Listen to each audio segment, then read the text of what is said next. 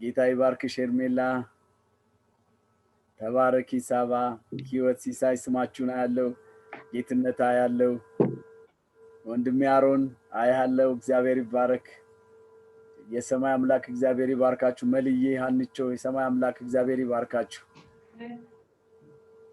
እንደገና ከናንተ ጋር እግዚአብሔር ጊዜ ስለሰጠኝ አሁንም በብዙ ደስታ እግዚአብሔርን ባርካለሁ። እግዚአብሔር ይባረክ። አሮንዬ ክብር ለኢየሱስ ይሁን።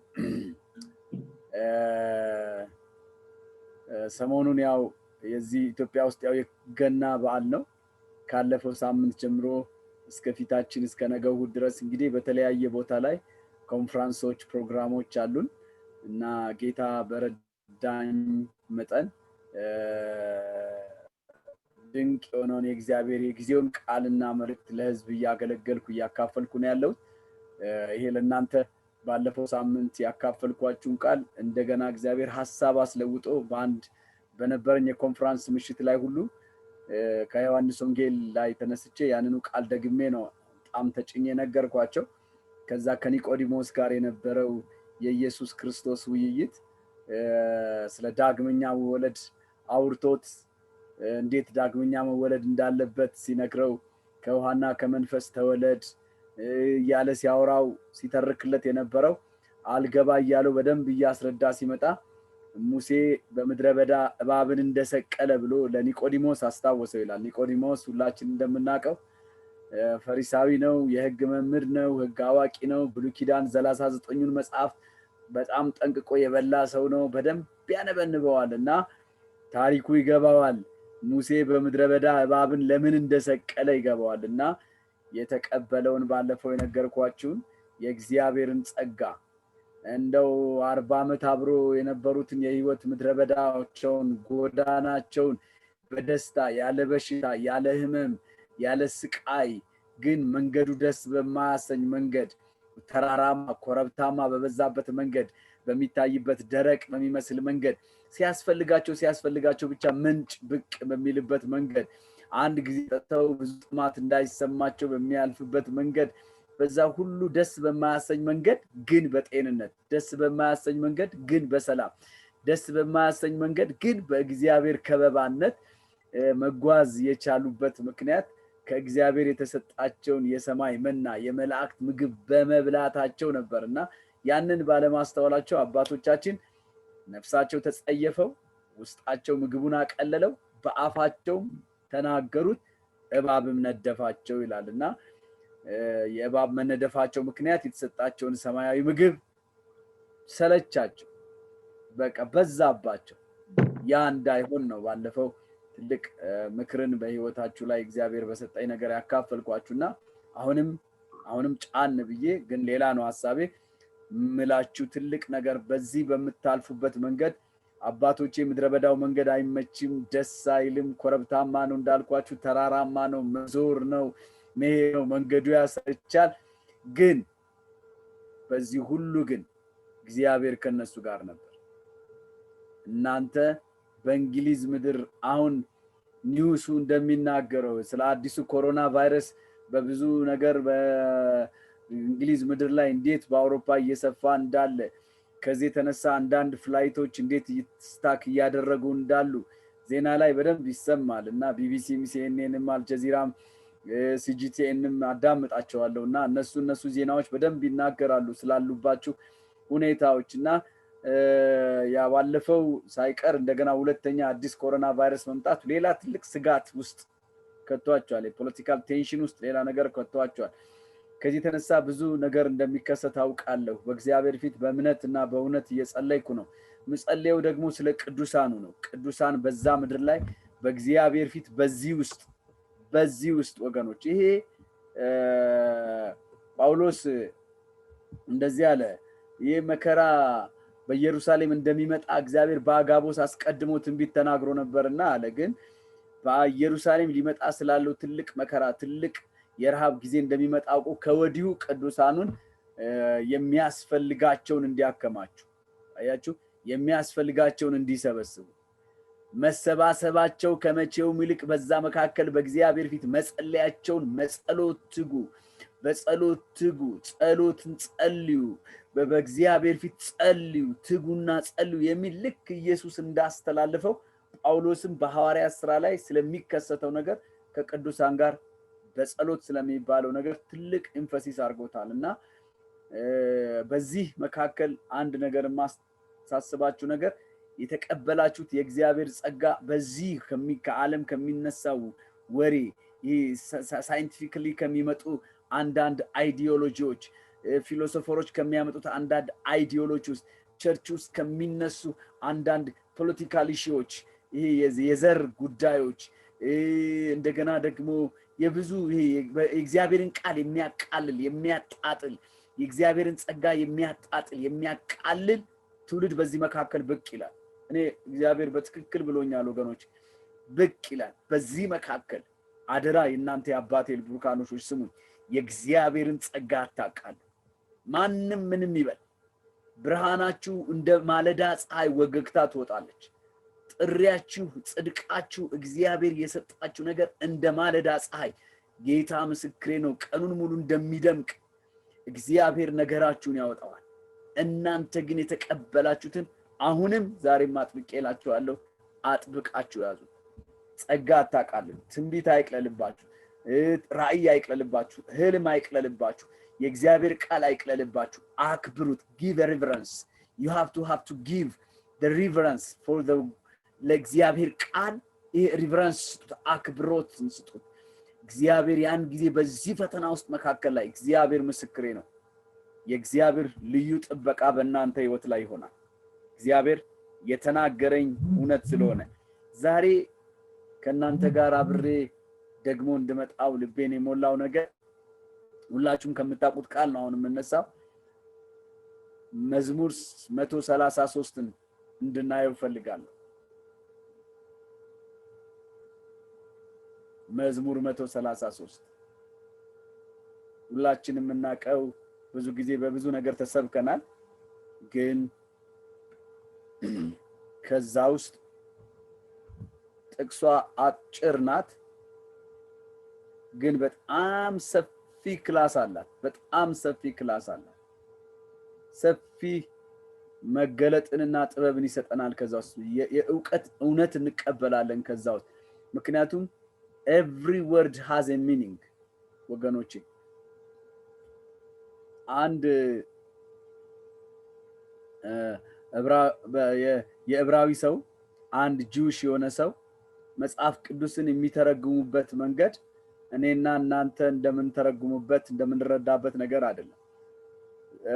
ከዚህ የተነሳ አሁን በዓለማችን በቲኦሎጂ ስኩሎች ውስጥ እና እንደገና ደግሞ በሌሎችም ዩኒቨርሲቲዎች ባይብል ኮድ የሚባል ነገር ሰምታችሁ ልትሆኑ ትችላላችሁ። ባይብል ኮድ የሚባል ነገር አለና የባይብል ኮድ ትምህርት ይማራሉና እያንዳንዷ ጽሁፍ ትርጉም ይሰጧታል።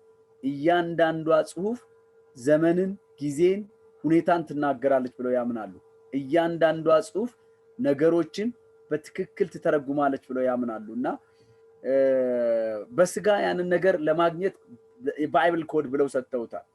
ባይብል ኮድ የሚባለው ነገር ለምሳሌ መጽሐፍ ቅዱስ እንደዚህ ቢሆን እንደዚህ የተጻፈ ነገር ቢሆን ባይብል ኮድ ሲያነቡ ከታች ወደ ላይ ፊደሎቹን በመገጣጠምና ከዚህ ልክ እንደ ጌም እንደ ወርድ ጌም ከዚህ ደግሞ ከሌፍት ወደ ራይት በማንበብ ከራይት ወደ ሌፍት በመምጣት ደግሞ በማንበብ መስመሮቹን ክሪስ ክሮስ በማድረግ በመገጣጠም የባይብል ኮድ እውነተኛ ትርጓሜ እዛ ውስጥ ይኖራል። ስለ ዘመን ቀመር የዘመን ቀመር እዛ ውስጥ አለ፣ የእድሜ ቀመር አለ፣ የሰው ልጅ ህይወት አለ፣ የእያንዳንዱ ነገሮች አሉና ያንን በጥልቀት ቢብሊካል በጣም የሚመረምሩ ሰዎች ያንን ሳይንቲፊካል ወርድ ያገኙታል።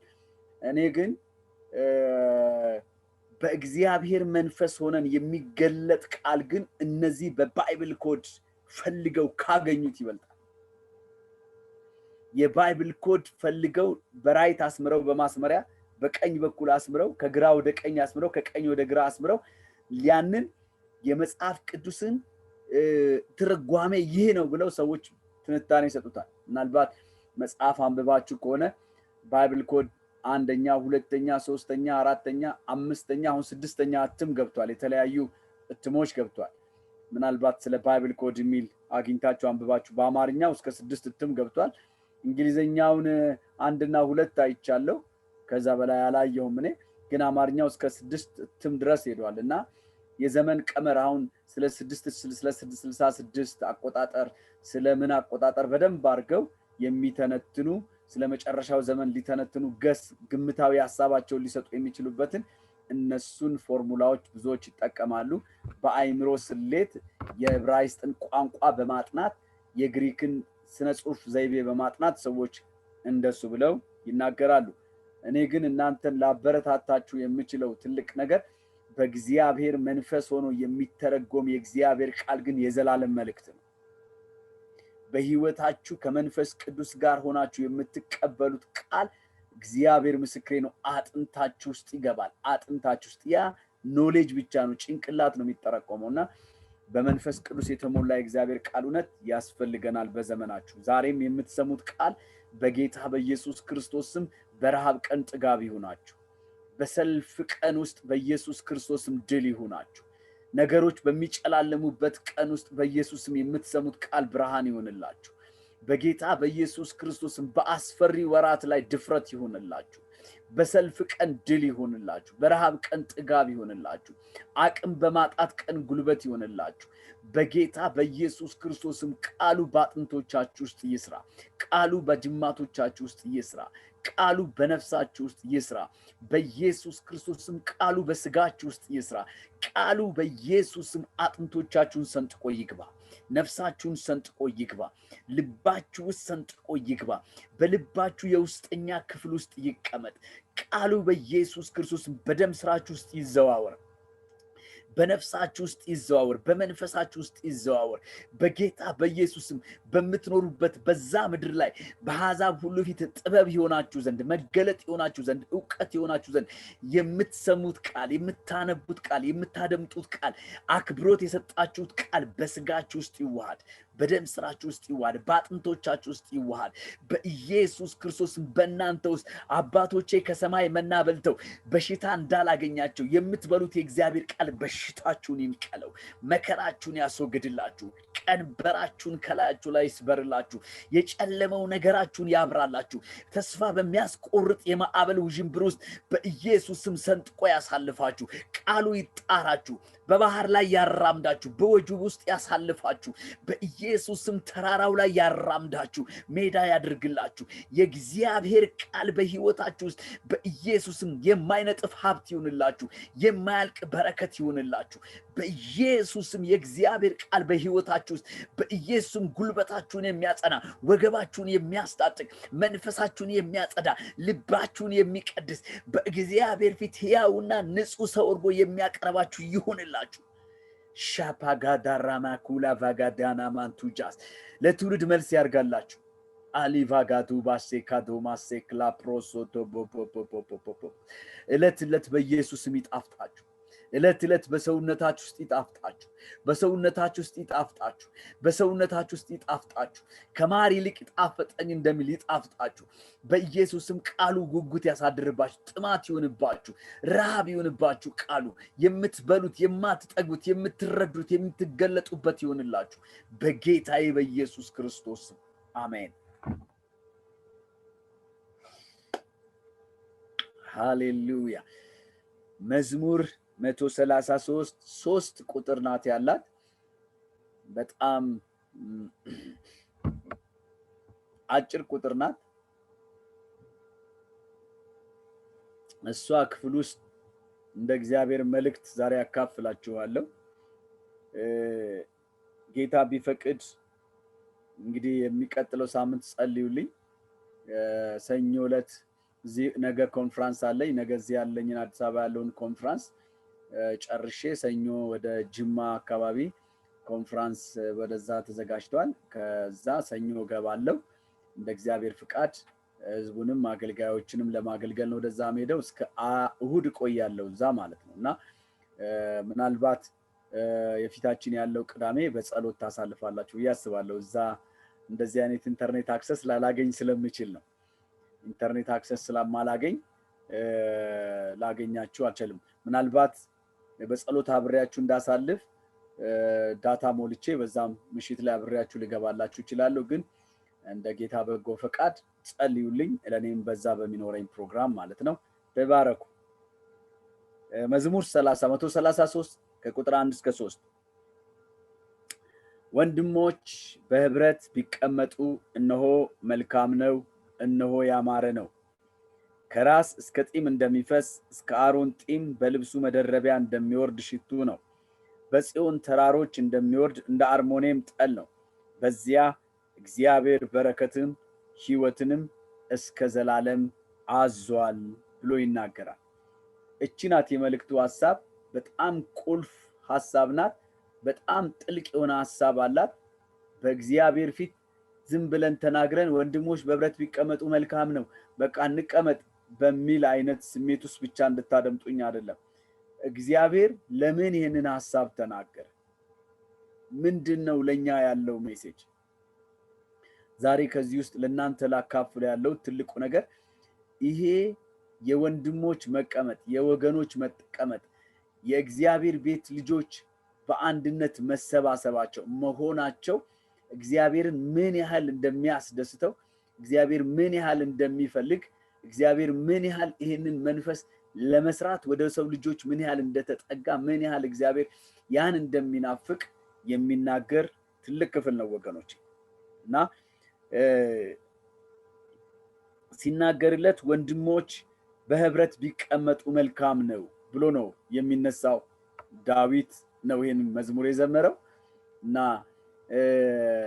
የዚህ ትልቁ ሐሳብ መነሻ ያደረገው መጽሐፉን ስትመለከቱት የ34ኛውን እንደገና የ32ኛውን ከላይ ያለውን ሙሉ ሐሳብ የዛ የ30ኛውን ክፍል ሙሉ ሐሳብ ስትመለከቱ ብዙ ነገር ይነካካል። እና ከሚነካካባቸው ብዙ ነገሮች አንዱ የእስራኤል ሰዎች በምድረ በዳ ሲጓዙ የነበራቸው እግዚአብሔር የጠራቸው እግዚአብሔር እንዲሰባሰቡለት ሁል ጊዜ በመካከላቸው ማደሪያ ድንኳን ስሩልኝ ብሏል። እና በዛ በሚሰባሰቡበት የማደሪያ ድንኳን ዙሪያ እግዚአብሔር ሲናገር 12ቱን ነገድ፣ 3ቱ ነገድ ወደ ሰሜን፣ 3ቱ ነገድ ወደ ምዕራብ፣ 3ቱ ነገድ ወደ ምስራቅ፣ 3ቱ ነገድ ደግሞ ወደ ደቡብ እንደዚህ እግዚአብሔር እንዲቀመጡ አዞ የማደሪያውን ድንኳን በመካከላቸው አድርጎ ሁል ጊዜ እግዚአብሔር ለበዓላት ቢሆን፣ እግዚአብሔር ለክብረ በዓል ሲሆን፣ ለዓመታዊ በዓል ሲሆን፣ እግዚአብሔር በዓመት ለሚከበሩ 7ቱ ትልልቅ በዓላት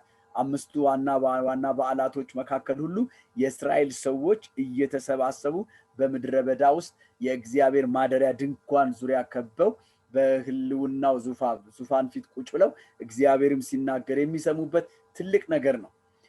እነ ዳዊት ዘመን ደግሞ የነበረው ያ እግዚአብሔር ቤተ መቅደስ እንግዲህ የሚሰራበትና የተሰራበት ጊዜ የታሰበበትና የታለመበት ደግሞም በልጁ በሰለሞን ምክንያት የእግዚአብሔር መቅደስ የተሰራበት ጊዜ ነበር። እና ስንመለከተው ከዛም በኋላ ደግሞ የነበረው ሰው ሁሉ ልክ እንዳነበባችሁት መጽሐፍ ቅዱስ እንዳነበባችሁ እርግጠኛ ስለሆንኩ ነው የምናገረው።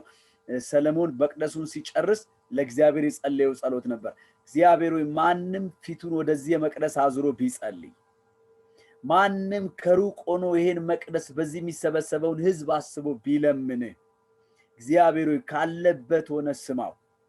እግዚአብሔር ከሩቅ አገር እንኳን ቢሆን እዚህ ሊደርስ ባይችል ልቡ መንፈሱን ሐሳቡን ግን ወደዚህ ወደ አኖርከው ማደሪያ አስቦ በዚህ የሚሰበሰበውን የእግዚአብሔር ህዝብ አስቦ ቢለምንህ እግዚአብሔር ሆይ ስማው ሲለው እግዚአብሔርም እንደነገርከኝ እንደጸለይከው አደርገዋለሁ አለ። እና ሰዎች ተበታተኑበት ቦታ ሆነው እንኳን በአንድ ልብ በአንድ ሐሳብ በአንድ መንፈስ ሆነው ከያሉበት ወደ መቅደስ ወደ ተሰራው መቅደስ መምጣት እንኳን ቢያቀታቸው ካሉበት ሆነው ያን ቀን አስበው ሲያስቡት እግዚአብሔር በዛ ባሉበት ቦታ ሆነው የሚጸልዩትን ጸሎት እንደሚሰማ ቃል የገባላቸው እግዚአብሔርም ያደረገው እውነት ነው። እንግዲህ ከዚህ እውነት ተነስቶ ነው መዝሙረኛው ስለ ወንድሞች ህብረት ሲናገር ይሄን የተናገረው። ስዕሉን ላሳያችሁ ፈልጌ ነው እዛ ውስጥ የገባሁትና በዚህ ጊዜ ወደዚህ መልእክት የመጣሁበት ትልቁ ኬስ በዚህ ጊዜ የሰይጣን ትልቁ ታርጌት ህብረትን መምታት ነው። የወንድሞች ህብረትን ይመታል። ዓላማ አርጎ የተነሳው ማፈረካከስ ነው፣ መበታተን ነው። ቅድም አንድቸው ስትጸልይ እንደነበርና በቃ መለያየት ነው ትልቅ ነገር ያደረገውና ሰው ሁሉ የራሱን መንግስት ሰው ሁሉ የራሱን ቤት እንዲሰራ የራሱን ምሰሶ እንዲያቆም ነውና የሰይጣን ትልቁ ስትራቴጂ እያደረገ ያለው ነገር ይሄ ነው። ይሄ ደግሞ በአሕዛብ ዘንድ አይደለም። ይሄ ደግሞ በእግዚአብሔር ቤት ውስጥ ነው። ስለ ወንድሞች ነው እናወራው። በክርስቶስ ኢየሱስ በእግዚአብሔር ኪዳን ክልል ውስጥ ላሉ የማደሪያው ድንኳን ከነሱ ጋር በሚኖሩ ሰዎች መካከል የልብ ልዩነት፣ የሐሳብ ልዩነት፣ የአካሄድ ልዩነት፣ የቋንቋ ልዩነት ከፍሏቸው መንገዳቸውን በየመንገዳቸው እየጠበጠቡ ላሉ ሰዎች ነው እባካችሁ የወንድሞች ህብረት አሁን it is very important matter ለእናንተ ምላችሁ ዛሬ ምሽት ይሄ ነው። የወገኖች ህብረት የእናንተ ህብረት ላላችሁበት ምድር ቢሆን ላላችሁበት ጀነሬሽን ለኔና ለእናንተ ላለንበት ዘመን እግዚአብሔር ምስክሬ ነው። ፌሎሺፕ ዩኒቲ ምንም አይነት ነገር አይተካከለው። ሰይጣን መጨረሻ ዘመን አስተምሪያችሁ እንደሆነ አላስታውስም። የመጨረሻው ዘመን ምልክት ጌታ ኢየሱስ ክርስቶስ የምጣር መጀመሪያውን ተናገረ። የምጣር መጀመሪያዎች ተናገረ። የመሬት መንቀጥቀጥ እንዳለ፣ ጦርነት እንዳለ፣ ወንድም በወንድሙ ላይ የሚነሳ እንደሆነ፣ በዓለም ስለሚነሳው ነውጥ፣ በዓለም ውስጥ በፖለቲካ ውስጥ በመንግስታት መካከል ስለሚደረገው ትልልቅ አስቸጋሪ የሐዘን፣ የደም መፋሰስ፣ የለቅሶ፣ የዋይታ ጊዜ ኢየሱስ ክርስቶስ ተናገረ። ከዛ ምጡ አፋፍ ላይ ሲደርስ ደግሞ ስለ በለሲቷ ተናገረ። ስለ እስራኤል መሰባሰብ ተናገረ። ከዛ በኋላ በዛ መካከል ስለምታደርገው ትልልቅ ፌሎሺፖች ተናገረ፣ ህብረቶች ተናገረ። አሁን ክርስቶስ ኢየሱስ የምጣር መጀመሪያዎችና መፋፋሚያቸው ድረስ የተናገረው ነገሮች ሁሉ እስደን ያልተፈጸመ ነገር የለም። ሁሉ ነገር ተፈጽሞ በምድራችን በዓለማችን ላይ ሁሉ ዓለም አንድ መንገድ አንድ መንደር እስክትሆን ድረስ የፖለቲካ ሁኔታ የእርስ በርስ መያዝ ሁኔታ በአስደንጋጭ ሁኔታ በምድር ዙሪያ እያየን ነው። ትላንት በአፍሪካ ምድር ምንጠላው የነበረውን በአሜሪካ ምድር ላይ አሁን የምናየው ነገር ለስልጣን ያለው ሽኩቻ፣ የስልጣን ያለው ድብድብ፣ ለስልጣን ድሮ አፍሪካ ሀገር ውስጥ የምናየው ነገር ነው። አሁን ደግሞ ያ ሁሉ ኢየሱስ ተናገረ። ያ በዓለም ስለሚመጣው ጉዳይ ነው። ኢየሱስ ስለ ፍጻሜ ዘመን አንድ ነገር ብቻ የምጡ መዋለጃዋ ቀን አያችሁ፣ የምጥ መጀመሪያውን ተነግሯል። የምጥ መፋፋሚያውን ተነግሯል። ምጡ ኦልሬዲ ቦርን የሚሆንበት ሰዓት ላይ ግን አንድ ቃል ስለ ቅዱሳን ብቻ ኢየሱስ ተናግሯል። ከዛው እሱም ፍቅር ትቀዘቅዛለች። ይሄ ስለ ዓለም አይደለም ያወራው፣ ስለ ወንድሞች ነው፣ ስለ ልጆቹ ነው ያወራው። ይሄንን በጣም ኢምፕረስ አድርጎ ይሄ ከዚህ ቃል ተነስቶ የመጨረሻው መጨረሻ ዘመን የመጨረሻው የሚወጣበት በጭንቅላቱ ይውጣ ወይስ በእግሩ ይውጣ፣ አሁን አዋላጆች የሚሯሯጡበት በዚህ ጊዜ ውስጥ ያለው ሰዓት ጢሞቴዎስ ምዕራፍ 3 ላይ ጳውሎስ የሚያስጨንቅ ዘመን እንደሚመጣ ልጄ ሆይ እወቅ ያለው የመጨረሻው የሰይጣን የመጨረሻው ታርጌት የመጨረሻው የክርስቶስ መምጣት በደጅ እንዳለ አሁን ልጁ ሊወለድ ያለበት ሰዓት ላይ የብርታት መርፌ ምጥ አቅቷት የብርታት መርፌ እንደሚሰጣት ሴት ልጅ አሁን ለቤተ ክርስቲያን የብርታት ኃይል የሚሰጥበት የሚለቀቅበት ልዩ ልዩ የእግዚአብሔር ግሬሶች ጸጋዎች ወገኖች የሚለቀቁበት ሰዓት አሁን ነው። ታውቃላችሁ ያ ቀን እነዛ በጢሞቴዎስ ላይ የተጻፉ 17 ነገሮች በቅዱሳን መካከል የሚፈጸሙ ነገሮች ናቸው። በጣም ያ አስጨናቂ ዘመን ያ ነው። ዋይ አሁን ጦርነቱ ያስጨንቀንም ወይ? ባለፈው ደጋግሜ እንዳልኳችሁ ያስጨንቃል። የምድር መቀጡ መናወጡ፣ ጦርነቱ፣ ዘር ማጥፋቱ ምናምን ያስጨንቅም ወይ? ያስጨንቃል። እነዚህ ሁሉ ነገር ያስጨንቃሉ። ግን የሰይጣን ታርጌት ሁለት ነው። አንደኛው በዓለም ያለውን ሰው መዳን ወደሚገኘው ክርስቶስ ሳይመጣ ብርሃን ሳይበራለት ብዙዎችን በዚህ ውስጥ መቅጠፍ ነው። ሁለተኛው በቅዱሳን መካከል ያለውን ያንን የእግዚአብሔርን መልክ ከሰው ውስጥ ማጥፋት ነው። ያንን ለመመለስ ነው ዛሬ እንደ መልእክተኛ ደግሞ በፊታችሁ ቃል ይዤ የመጣው። እግዚአብሔር ዛሬ የሚያሳስበን ወንድሞች ሆይ በህብረት መቀመጥ መልካም ነው። እንዴት አድርጌ ልቀመጥ ከአንዳንዶች ሰዎች ጋር? የአንዳንድ ሰዎች ባህሪ እኮ መቀመጥ አስችልም። ገለል በሉ፣ ቤታችሁ ተቀመጡ፣ ሽሹ ያሰኛል። አዎ ደስ የማያሰኙ ነገሮች አሉ በህብረት መካከል። አዎ ቋንቋቸው የማይጥም ሐሳባቸው የማይገጥም ሰዎች አሉ። እኔ ግን ልንገራችሁ እናንተ ብሩካን የጌታዬ ጀግና ልጆች፣ የአባቴ ጀግና ሴት ልጆች፣ የአባቴ ጀግና ወንድ ልጆች ስሙኝ። በዚህ መካከል ውስጥ ፍቅራችሁን ጠብቃችሁ ዩኒቲን የወንድሞችን ህብረት ጠብቃችሁ በእግዚአብሔር ማደሪያ ውስጥ መገኘታችሁን ትልቅ መልእክት አለው በአምላክ ፊት። እሱ ነው ማተኩርበት። ሁልጊዜ በእግዚአብሔር ማደሪያ ዙሪያ ሲገኙ እግዚአብሔር አብሯቸው ስለሚገኝ እውነተኛ ደስታ፣ እውነተኛ የእግዚአብሔር ህልውና ስለሚያገኛቸው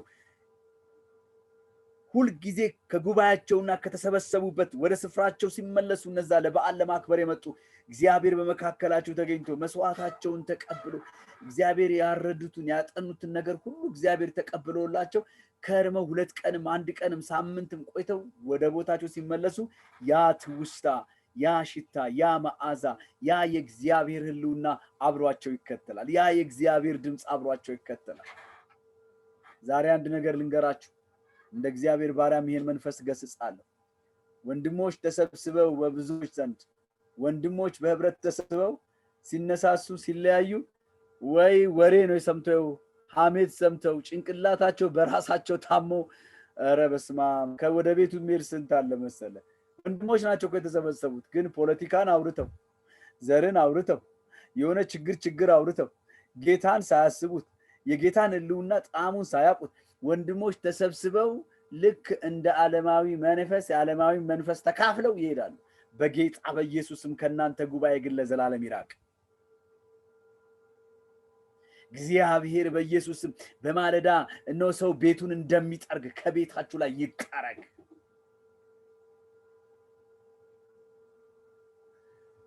ጌታ መንፈስ ቅዱስ ፌሎሺፕ ዩኒቲውን ወንድሞች በህብረት የሚቀመጡት በእግዚአብሔር ማደሪያ ዙሪያ ነው። የእግዚአብሔርን ህልውና የእግዚአብሔርን ድምፅ እንዲሰሙት የእግዚአብሔርን ተአምራት እንዲከፋፈሉት ነው። የወንድሞች ህብረት መቀመጥ ሲወጡ በደስታ እንዲወጡ ነው። ሲያልፉ በደስታ እንዲያልፉ ነው። ወገኖች ከህብረቱ ተለይተው ወደ የቀያቸው ደግሞ ሲመለከቱ ህብረት ውስጥ ያገኙትን መጽናናት፣ በህብረቱ ያገኙትን ድል፣ በህብረቱ ያገኙትን ጉብኝት፣ በህብረቱ ያገኙትን ከአንዱ አፍ አንዱ አፍ የተቀበሉትን የእግዚአብሔር የማጽናናት ቃል ሁሉም ወደ ቤታቸው የምክር ቃል ይዘው የትንቢት ቃል ይዘው የጸሎት ቃል ይዘው ታድሰው በኢየሱስ ክርስቶስም እንዲህ አይነት መንፈስ ይሁንላችሁ። ይሄን ለእናንተ ላለ የእግዚአብሔር መገኘት ባለበት የወንድሞች ህብረት ማለት እሱ ነው ወገኖች። የወንድሞች ህብረት ማለት እግዚአብሔር በሚገኝበት ቦታ ላይ አብረው መሆን ነው።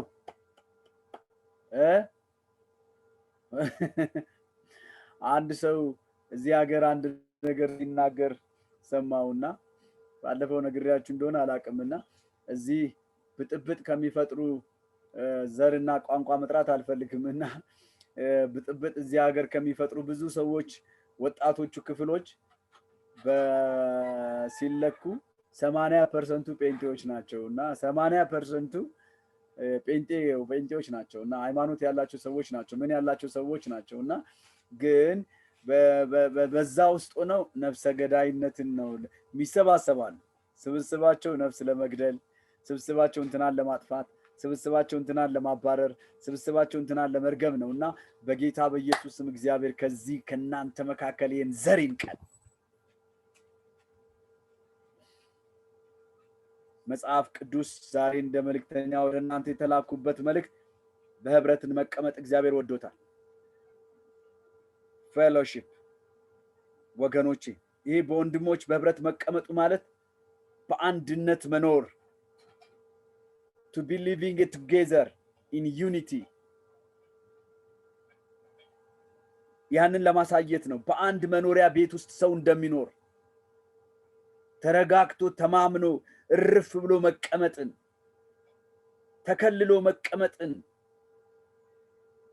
በቀጣይነት በዚህ ህይወት መኖርን ለማሳየት ነው ወገኖች። የወንድሞች በህብረት መቀመጥ ማለት ነው እስራኤል ከአንድ ከያዕቆብ የተወለዱ ከተለያየ እናት ግን የመጡ ሁለቱ የእስራኤል ነገር የሚባሉ የተለያየ እናቶች ያሏቸው ግን ከአንድ አባት የተወለዱ እግዚአብሔር እኔና እናንተን እንዲህ ነው የሚያየው። ከተለያየ ነገር የተወለድን ከተለያየ ዘር የመጣን ከተለያየ ነገር የመጣን ግን ከአንድ አባት የተወለድን። አያችሁ እስራኤል አንድ ነው እግዚአብሔርን ያለው ምክንያት ለዛ ነው። ከአንድ ከአባት ከያዕቆብ ነው የተወለደው። የተለያዩ እናቶች ናቸው ያላቸው። ከአንድ ከእግዚአብሔር ነው የተወለድነው። ከአንድ ከአባታችን ከእግዚአብሔር በክርስቶስ ኢየሱስ ተወልደናል። ግን ከተለያየ ብሔር ከተለያየ ሀገር ከተለያየ ነገር ውስጥ ነው የመጣነው። ይሁን እንጂ ከአንድ አባት ነው የተወለድነው። ወንድሞች የሚለው እሱን እስራኤል 12 ነገር ቢሆን 12 ዘር ቢኖረው ቢንያም ነገድ፣ የሮቤል ነገድ፣ የጋድ ነገድ፣ የንፍታሌም ነገድ፣ የስምዖን ነገድ፣ የሌዊ ነገድ፣ የይሁዳ ነገድ፣ የቢንያም ነገድ፣ የዮሴፍ ነገድ ተብሎ 12ቱ ነገድ ቢለዩም ወንድሞቼ ግን አባታቸው አንድ ነው። ስሙኝ ወንድሞች በህብረት ቢቀመጡ መልካም ነው የሚለው ከአንድ አባት የተወለዱ ከአንድ አባት የተወለዱ ከያው ከእግዚአብሔር የተወለዱ ከተለያየ ነገድ አንዳንዳችሁ የሮቤል ነገዶች፣ አንዳንዳችሁ የቢንያም ነገዶች፣ አንዳንዳችሁ የእንትና ዘሮች፣ አንዳንዳችሁ የእንትና ዘሮች ትሆናላችሁ። አባታችሁ ግን አንድ ነው። እግዚአብሔር የተባረከ ይሁን። ዘር በእናት ተቆጥሮ ቢሆን ኖሮ እስራኤል ሰዎች ተከፋፍለው ባለቁ ነበር። ጌታ ይባረክ። እግዚአብሔር ይሁን። እኔ መጽሐፍ ቅዱስ ላይ ባገኘው ጥሩ ነበር በእውነት። ግን ለምንድነው ዘርህ ከማን ነው ብሎ ሰው የአባቱን ኦሮሞ ኮኖ ኮኖ ትግሬ ኮኖ ትግሬ አማራ ኮኖ አማራ ቤንሻንጉል ኮኖ ቤንሻንጉል ምን አባቱ እናቱ እኮ በቃ ምንም አትጠራም። አሁን ያንቾና የመልጆች ቢጠየቁ ዘሬ ማኑስ የዳዲ ይላሉና የናኒ ወዴት እንደሆነ አይታወቅምና እኔ እግዚአብሔር አይመስላችሁም? ከአንድ አባት መወለድ ጥሪ ዘራችን ግንዳችን ከሱ እንደሆነ እግዚአብሔር ሊያስተምረን ፈልጎ ነው። ያንን እውነት ነው እግዚአብሔር ያሳየው። ያንን እውነት ነው እግዚአብሔር ያሳየው። እንግዲህ ስለ ወንድሞች ህብረት ጥቂት ነገር እያልኳችሁ ሲሄድ እስራኤላውያን በእግዚአብሔር መቅደስ ውስጥ በማደሪያው ዙሪያ ለአምልኮና ለእግዚአብሔር ፊት በሚፈልጉበት ነገር ሁሉ ሲሰባሰቡ ወይም የእግዚአብሔርን በዓል ለማክበር በአንድነት ተሰባስበው እግዚአብሔር አምላካቸው ያደረገላቸውን ያለፈውን ተአምራት እያሰቡ ምስጋናቸውን አክብሮታቸውን ሲሰጡ በእግዚአብሔር ዓለም ማለት በመንፈሳዊ ዓለም ውስጥ ሲታዩ ያ ስብስብ መልካምና ያማረ ነው። ምክንያቱም አምላካቸው በዙሪያቸው በመካከላቸው ነውና ያን ጊዜ የመንፈስ እርካታ ያገኛሉ። ለዚህ ነው ወንድሞች በህብረት ቢቀመጡ መልካም ነው የተባለው። እግዚአብሔር በመካከል ስላለ ነው። የሚሰማ አምላክ፣ የሚመልስ አምላክ፣ የተወለድንበት አባታችን በየትኛውም ማህበራችን ውስጥ እግዚአብሔር አለ። ወንድሞች እስከሆንን ወገኖች እስከሆንን የአንድ አባት ልጆች እስከሆንን ድረስ አሁን እግዚአብሔር በዚህ ትውልድ ውስጥ የሚፈልገው ነገር ይሄን የአንድ አባት ነኝ፣ አባቴ አንድ ነው፣ የኔ ካንቺ ጋር ነው፣ አንቺን አልጠላህም፣ ልጠላህ አልችልም፣ ልጠላሽ አልችልም፣ ወዳጄ ነሽ፣ ስጋዬ ነሽ፣ ያጥንቴ ፍላጭ ነሽ የሚል መንፈሳዊ አመለካከት ሬቨሌሽን ሊኖረን ይገባል።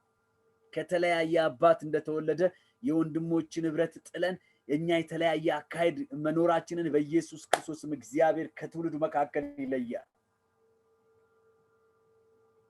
ይህ አመለካከት ይኖረን ዘንድ ይገባል። ሰው የአባቱን ልጅ ላይ አይጨክን ሲባል የሰይጣን መንፈስ ካላደረበት በቀር አሁንም እነግራቸዋለሁ የአባቴ ብሩካኖች ወንድሞች በህብረት መቀመጥ መልካም የተባለው ነገር ትልቁ ነገር እሱ መስዋዕት ለመብላት መስዋዕቱን ለማግኘት በእግዚአብሔር ፊት የምስጋና መስዋዕት አንዳንዱ የስለት መስዋዕታቸውን አንዳንዱ የስሬት መስዋዕታቸውን አንዳንዱ የንስሐ መስዋዕታቸውን ይዘው ነው ወደ መቅደስ የሚመጡት። በእግዚአብሔር መቅደስ ግን ሲመጡ አንዱ የንስሐ ነው፣ አንዱ የምስጋና መስዋዕቱን ነው፣ አንዱ የተጎበኘበትን ስለት ነው ይዘው የሚመጣ። ሁሉም በዙፋኑ ፊት ሲቆሙ ከአንድ አባት ሲሆኑ እግዚአብሔር መንፈሳዊ ዓለም ደስ ይለዋል። እግዚአብሔር ደስ ይለዋል። እግዚአብሔር የወንድሞችን ህብረት በናፍቆት ይጠብቃል። ትዝ አይላችሁም ጌታ ኢየሱስ ክርስቶስ ሲናገር አንተ እኮ በኤልዘቡል አለብህ ብለው ሲናገሩት ስለነሱ ዩኒቲ ሲናገራቸው ምንድነው ያላቸው? እንዴ ሰይጣንን የሚያወጣ ከሆነማ በቃ በራሱ መንግስት ላይ እንኳን ፈረሰ ማለት ነው። አየ ስለዚህ እነሱ እንኳን እንዲህ አይደለም አላቸው። ስለ ዩኒቲ ሲነግራቸው ትልቅ ጥማት ነው ያለው፣ ትልቅ ረሃብ። ስለዚህ የምትለያይ መንግስት አለ ሲናገራቸው አይደል ምን ትሆናለች? ትፈርሳለች፣ ትበተናለች። ዩኒቲ ኢዝ ቬሪ ኢምፖርታንት። የወንድሞች ህብረት በጣም ያስፈልጋል። በዚህ ጊዜ ውስጥ ያለ ህብረት መሄድ አትችሉም።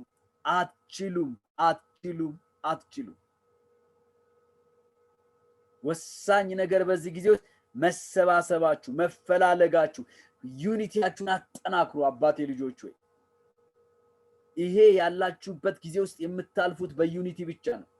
በመለያየት አታልፉትም። ልዩ ልዩ ጸጋ ይገለጣል በዩኒቲ ውስጥ። ልዩ ልዩ ግሬስ ይመጣል። አንዳንድ ሰው ውስጥ የመጽናናት ቃል አለ። አንዳንድ ሰው ውስጥ የምክር ቃል ይወጣላቸዋል። አንዳንድ ሰው ውስጥ በእውነት የራእይ ቃል አለ፣ ትንቢት አለ በአንዳንድ ሰዎች ውስጥ። አንዳንድ ሰው ውስጥ ምንም አይደል እምነት ብቻ ያላቸው ሰዎች በመካከላችሁ ይኖራሉ። በዩኒቲ ውስጥ በአንዱ እምነት አንተ ትታነጻላችሁ። ስለዚህ የወንድሞች ህብረት በጣም ወሳኝ ነገር ነው ወገኖች። በመስዋዕት ምክንያት ነው የሚሰበሰቡት። መስዋዕት ነው፣ ስለት ነው የሚያመጣችሁ። የኔና የናንተ የአዲስ ኪዳን ደግሞ ስለታችንም መስዋዕታችንም የምስጋናም የስርየቱ መስዋዕታችን መጽሐፍ ቅዱስ እንደሚናገር በማደሪያው ድንኳን ይዘው እንደሚመጡ የማደሪያው ድንኳናችን ደግሞ አንድ ነገር ሆኗል፣ ክርስቶስ ኢየሱስ ሆኗል። መጽሐፍ ቅዱስ ወደ እግዚአብሔር የመሰብሰባችን በመካከላችን ያለው ያ መቅደስ እንደሆነ በእስራኤል ዘንድ ያ ማደሪያ ድንኳን እንደሆነ በምድረ በዳ በእኔና በእናንተ መካከል ደግሞ ያለው ክርስቶስ ኢየሱስ ብቻ ነው። እሱ የማደሪያው ድንኳን መሰባሰቢያችን እሱ ነው። እግዚአብሔር ፕሬዘንሱ የሚመጣው ህልውናው የሚመጣው በዛ ውስጥ ነው። የእግዚአብሔር መገኘት ሀልሆት ያለው እዛ ውስጥ ነው። የእግዚአብሔር መጽናናት ያለው እዛ ውስጥ ነው። ለዚህ ነው ወንድሞች በህብረት ቢቀመጡ እነሆ መልካም ነው። መልካም ብቻ አይደለም ያማረ ነው። ኢትስ ሶ ቢዩቲፉል፣ በጣም ያምራል። መጽሐፍ ቅዱስ የሚነግረን እሱ ነው። ህብረቱ is ሃርመኒ ነው ወገኖች። ሃርመኒ ማለት ምንድነው? ይሄ የሙዚቃ ኖታ ታውቃላችሁ? የሙዚቃ ኖታ እያንዳንዱ የሙዚቃ ኖታ ላሲዶሪ ሚፋሶል የሚባለው እነዚህ ሰባቱ የሙዚቃ ኖታዎች ሲመቱ የተለያየ ድምጽ አላቸው፣ የተለያየ ሪትም አላቸው፣ የተለያየ እንትኖች አሉ። አንድ ሳክስፎን፣ አንድ ሲንተሳይዘርስ፣ ኪቦርድስ ብትዩ ከመቶ በላይ የተለያዩ ሳውንዶች አሉ። እነዛ የተለያዩ ሳውንዶች አንዱ ሚል በጣም የሚገርም አይነት ሳውንድ ግን the unity of that rhythm አያችሁ ምን ይሰጠዋል? ሃርመኒ ያመጣዋል። ሃርመኒ ማለት እሱ ነው። የተለያየ የሙዚቃ ኖታ ግን በሰው ጆሮ ተንቆርቆሮ የሚገባ። እኔና እናንተ በባህሪ የተለያያችሁ ልትሆኑ ይችላላችሁ። በአመለካከት፣ በእውቀት፣ በትምህርት ደረጃ፣ በአስተዳደግ፣ በምናምን የተለያየ ባክግራውንዶች ይዘን መተናል።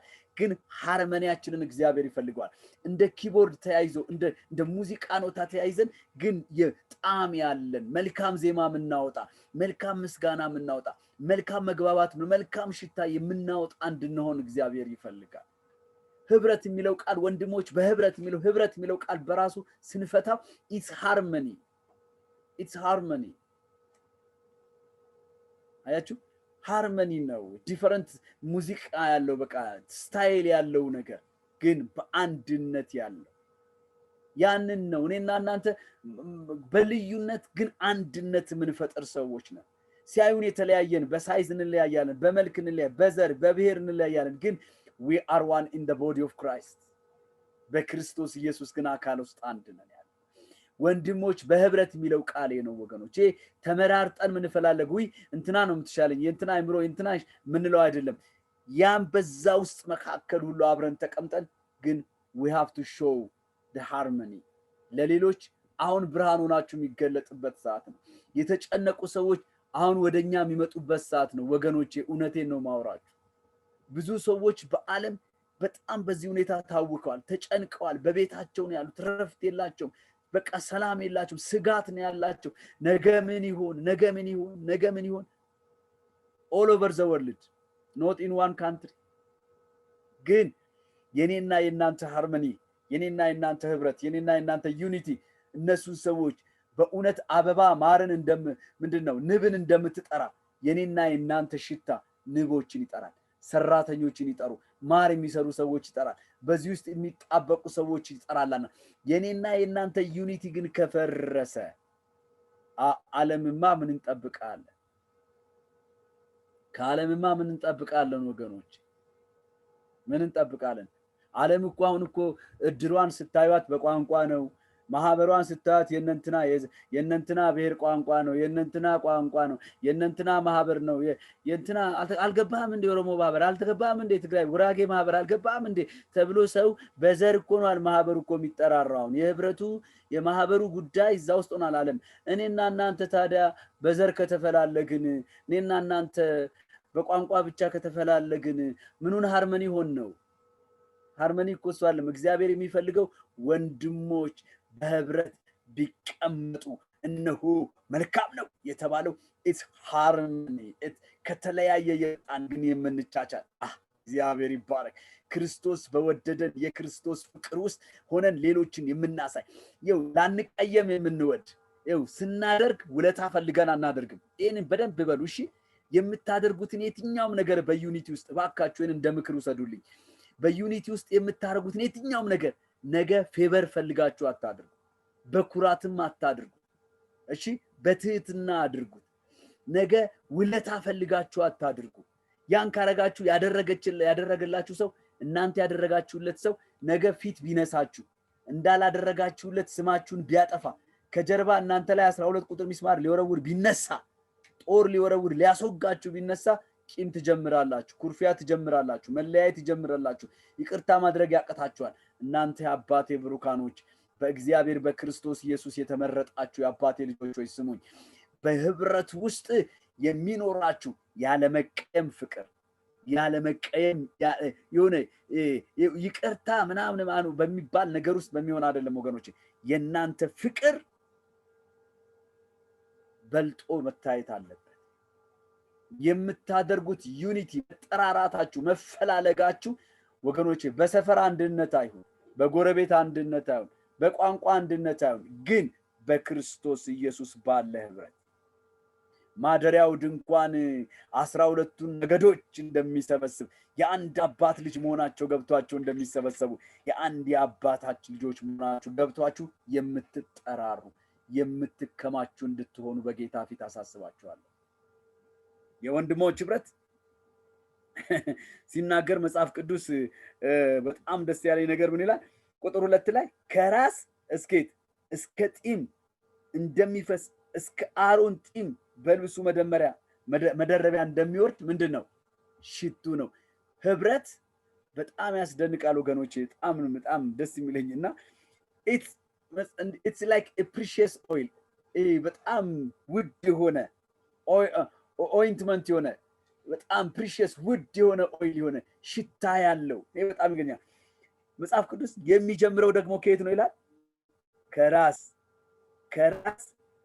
በጢም ከጢም አልፎ ወደ ደረት በልብሱ መደረቢያ ላይ ሁሉ እንደሚፈስ ሽቶ ነው ይላል። በእግዚአብሔር ፊት የሚኖራችሁ ዩኒቲ መንፈሳዊ ዓለም ሲመለከተው እግዚአብሔር ሲያየው ወገኖቼ ኢትስ ቬሪ ኢምፖርታንት ፓርት። ይሄን ሲቀኝ ዳዊት አንድ ሚስጥር ገብቶት ነው ወገኖቼ። አሮን የሚለብሳቸው የካህን ልብስ ላይ በአሮን ላይ አይደለም የሚለው አሮን የሚለብሰው የካህን ልብስ 12ቱን የእስራኤል ነገድ ስድስቱን በዚህ ስማቸው በ12ቱ የከበሩ ድንጋዮች ተጽፎ ተሸክሞ ነው በእግዚአብሔር ፊት የሚቆምና ሲቆም በላዩ ላይ ዘይቱ ሲፈስበት በእያንዳንዱ በራሱ የመጣ ሰውነቱ ላይ አልፎ እዚህ ትከሻው ላይ የተሸከማቸውን የእስራኤል ነገዶች ስም ይዞ እዚህ ደረቱ ላይ ያሉትን የእስራኤል ነገዶች ስም ይዞ ይፈሳል ወደ ውስጥ እዚህ ይፈሳል።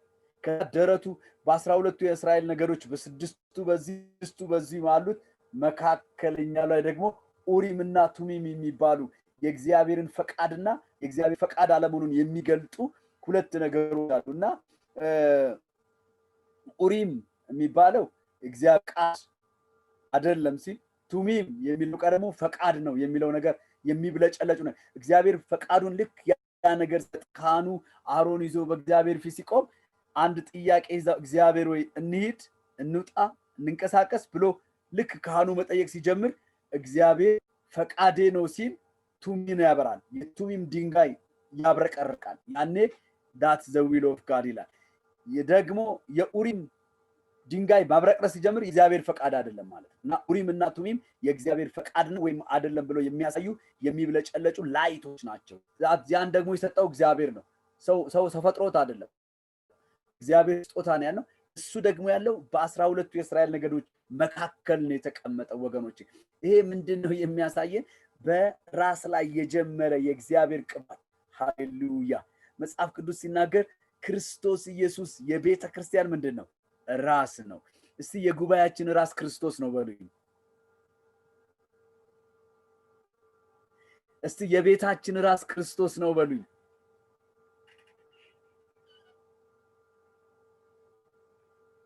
አይሰማም? አሜን። ይሰማል። አሜን። የቤታችን ራስ ክርስቶስ ነው በሉኝ። የቤታችን ራስ ክርስቶስ ነው። የትዳራችን ራስ ክርስቶስ ነው በሉኝ። የትዳራችን ራስ ክርስቶስ ነው። አዎ። እና መጽሐፍ ቅዱስ ዘይቱ ከራስ ነው የሚጀምረው ይላልና ከቤት ራስ ኢየሱስ መጽሐፍ ቅዱስ ኢየሱስ በእግዚአብሔር ፊት የተቀባ ክርስቶስ የሚለው አይደለም። እሱ ክርስቶስ ሲባል በእግዚአብሔር በወንድሞቼ መካከል ዘይት አይደለም የሚለው ዘይት ይላል መጽሐፍ ቅዱስ።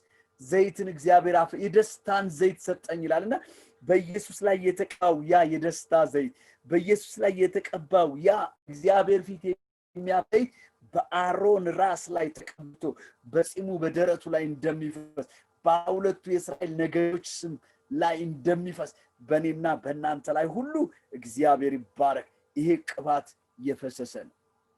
የወንድሞች ህብረት እንደዚህ ነው ይላል።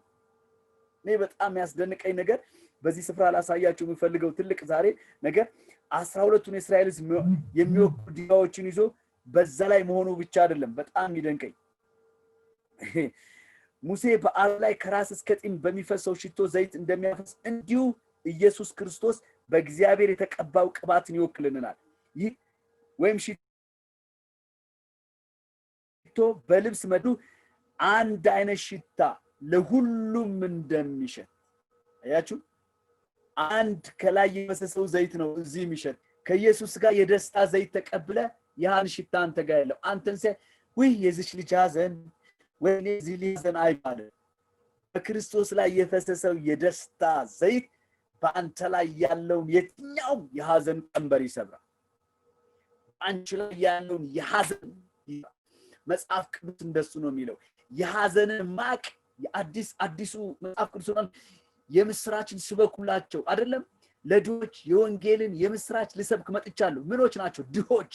ድሆች ማለት ምንድነው? ከእግዚአብሔር ሁሌ እርዳታን ከለሚሹ ሰዎች እነሱ ወንጌሉን ሲቀበሉ መጽሐፍ ቅዱስ የሐዘንን ማቅ ቀዶ የደስታን መጎናጸፊያ ዲኮ ነው የሚለው እና ያ የደስታ ዘይት በክርስቶስ ላይ ከፈሰሰ የደስታ ዘይት ነው ልብሱ ላይ 12ቱ ነገድ ላይ የሚታየው 12ቱ ነገድ ላይ የሚወጣየው ባንቺና ባንተ ላይ የሚታየው ሁሌ ያ ነው። ሰይጣን የሚያወራልህን በላይ ያልፈሰሰውን መፍሰስ አትቀበል። ከላይ ወይ መከራ በዛብኝ አትበይ። ከላይ ራስህ የበዛው የክርስቶስ ሰላም ነው። ከላይሽ ላይ የፈሰሰው የሰላሙ ንጉስ እርሱ የሰላም ቅባት ነው፣ የሰላም ዘይት ነው፣ የሰላም ሽቶ ነው። ያ የደስታ ነው፣ ያ የባለጸግነት ነው፣ ያ የመልካም አስተሳሰብ ነው፣ ያ የበጎ ሕሊና ቅባት ነው። ከላይ የእግዚአብሔር ጸጋ የመጣው እሱ መንፈስ እሱ ዘይት ከራስ በልብስ ላይ እንደሚው መጽሐፍ ቅዱስ ቤተክርስቲያን የአካሉ ራስ ናት፣ የራሱ ቦዲ ናት እንደምትል ክርስቶስ ራስ ነው እንደሚል ቤተክርስቲያን ደግሞ የዚህ የራስ አካሉ ናት እንደሚል አንተና እኔ የራሱ አካል ኮድን በሱ ላይ የፈሰሰ ነገር በእኔ ላይ ፈሷል፣ ባንቺ ላይ ፈሷል፣ ባንተ ላይ ፈሷል። ወንድሜ ሰይጣን የሚያወራው ውሸት ነው። በዚህ ጊዜ ውስጥ የመከራ ማት አያውራብህ፣ የበሽታ ማት አያውራብህ። ጌታ ኢየሱስ ምስክሬ ነው። በራሴ ላይ የፈሰሰው ባለቃዬ ላይ የፈሰሰው በቤቴ ላይ ራስ ሆኖ በተሾመው በቤተ ክርስቲያናችን ላይ ራስ ሆኖ በተሾመው ላይ የደስታ ቅባት አለው፣ የሰላም ቅባት አለው፣ የሰላም ሽቶ አለው። እሱ የሚፈሰው የአንድ አይነት ጠረን ነው የምንሸተው። እሱ የሁከት አምላክ አይደለም። እሱ የጠብ አምላክ አይደለም። እሱ የመገፋፋት አምላክ አይደለም። እሱ የሚንቅ አምላክ አይደለም። እግዚአብሔር ኃያል ነው፣ ማንንም አይንቅም። እሱ የፍቅር አምላክ ነው። እኔ ውስጥ ከአንዱ ዘይት ከአንዱ ቅባት ነው ወንድሞች በህብረት ሲቀመጡ የሚካፈሉት ያ ትልቁ ነገር አንዱ ነገር ይሄ ነው ወገኖች። እኔ በጣም የሚደንቀኝ ነገር ይሄ በአሮን ላይ የሚፈሰው ሽቶ፣ እሺ በአሮን ላይ የሚፈሰው ሽቶ ታውቃላችሁ፣ መጽሐፍ ቅዱስን ስታነቡ ከ6 የተለያየ ቅመም የተቀመመ ነው ሽቶ። ያ የሚፈጥረው የሚቀመመው ሽቶ በአሮን ላይ የሚፈሰው እንደ ዘይት ያለው ሽቶ መልካም መዓዛ ያለው ዘይት ያለበት ያ ነገር ከ6 የተለያዩ ቅመሞች ስፓይሲዎች የተቀመመ ነው። ደግሞ እግዚአብሔር ነው ያንን ነገር የነገረው። በጣም ያስደንቅ ሚስጥር ነው። እግዚአብሔር እሱን ሲያካፍለኝ ያየሁት ነገርና ይህ የሚያሳየን ነገር ያ ዩኒቲ ወገኖቼ ሌሎችን በአሮን ላይ የሚፈሰው እስቲ እንደው በቤተክርስቲያን ውስጥ በካቶሊክ ቢሆን በኦርቶዶክስ ቤተክርስቲያን ውስጥ ቅዳሴ አስቀድሼ ያውቃለሁ የሚል ሰው እስቲ እንደው ጎሽ አንድ ሀንቾ ብቻ አገኘው። አገኝ አስቀድሳችሁ ታውቃላችሁ? ከልጅነታችሁ ሄዳችሁ ገብታችሁ በሕፃናት ተርሳችሁ አታውቁ? እኔ አስቀድሼ ያውቃለሁ። ስትገቡ ቤተክርስቲያን ውስጥ ገብታችሁ መቅደስ ውስጥ ገብታችሁ የቅዳሴው ቀን የሚወጣው የማጠንት ጢሱ የሚሆነው የቤቱ መዓዛ ቤታችሁ ውስጥ አብሮ አይከተልም? ነጠላችሁ ላይ አይኖርም? ትዝ አይላችሁም? ሽታው ራሱ ደስ አይልም? መቅደስ ውስጥ ስትገቡ አያውድም? ልዩ ጠረን ልዩ ጣዕም አይደለም የሚሰጥላችሁ? ይኸው መጽሐፍ ቅዱስ የሚነግረን እሱ ነው። እንግዲህ አየህ በአሮን ራስ ላይ የሚፈሰው ያ ዘይት በአካሉ ላይ ያለው በክርስቶስ ኢየሱስ ውስጥ ያለው ያን የተካፈለ ሰው ያን ቅባት የተካፈለ ያን ሽቱ የተካፈለ ሰው አቤት ጠረኑ! ሲያዩአችሁ ፍቅር ናችሁ፣ ሲያዩአችሁ የሰላም ሰዎች ናችሁ። ሰው በሚታወክበት ምድር ምንድነው እናንተ ጋር የበዛው ሰላም ትባያለሽ፣ የዚህ ልጅ ፍቅር እኮ ትባያለሽ። እግዚአብሔር ከፍቅር አያጉድላችሁ፣ እግዚአብሔር ከሰላም አያጉድላችሁ። በእውነት ሲያዩአችሁ የሰላም ምሳሌ ሆኑ። ሲያዩአችሁ የሁከት በተበጠበጠ መስሪያ ቤት ስትገቡ በተበጠበጠ ከተማ ስትገቡ በእናንተ ፊት መረጋጋት ይመልከቱ፣ በእናንተ ፊት ሰላምን ያንብቡ። ግንባራችሁ ላይ የሰላም መልእክተኛ ሆናችሁ ተገለጡ። በጌታ በኢየሱስም የፍቅር መልእክተኛ ሆናችሁ ተገለጡ። ከራስ የተቀበላችሁት የፍቅር ሲያዩአችሁ ውይ የዚች ልጅ እንደው ደስ አትልም? ፊቷ ደስ አይልም? ፊቱ ደስ ምንድነው አንቺ ጋር ያለው ምንድነው አንተ ጋር ያለው? መረጋጋት ተባሉ። እናንተም ጧት ስትነሱ ውይ መንዴይስ ብላክ ዴይ ብላችሁ ከተነሳችሁ እንደ ብላክ ነው የሚከብህ። መንዴይ ብላክ ዴይ ካንተ ጋር አይሰራም ይላሉ አይደለም?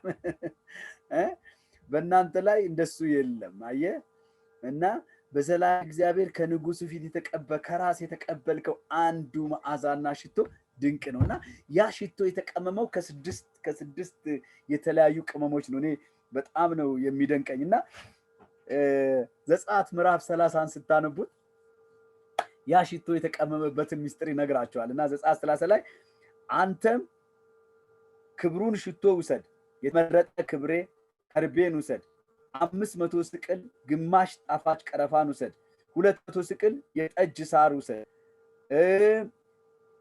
ብርጉድ 500 ስቅል ውሰድ፣ ሚዛን መዝን፣ የወይራ ዘይት ይሄን አርግ፣ አንድ የኢን መስፈሪያ ትወስዳለህ፣ በቀማሚም ብልሃት እንደተሰራ ቅመም የተቀደሰ የቅባት ዘይት አደረግ፣ የተቀደሰ የቅባት ዘይት ይሆንልሃል ይላል። ስሙኝ፣ ይሄ በአሮን ራስ ላይ የሚፈሰው ዘይት ወንድሞች በህብረት ቢቀመጡ መልካም ነው፣ እነሆ ያማረ ነው። በአሮን ራስ ላይ እንደሚፈሰው ዘይት የተባለው ይሄ የሚፈሰው ዘይት ከ6 ልዩ ልዩ ንጥረ ነገሮች የተሰራ ነገር ነው።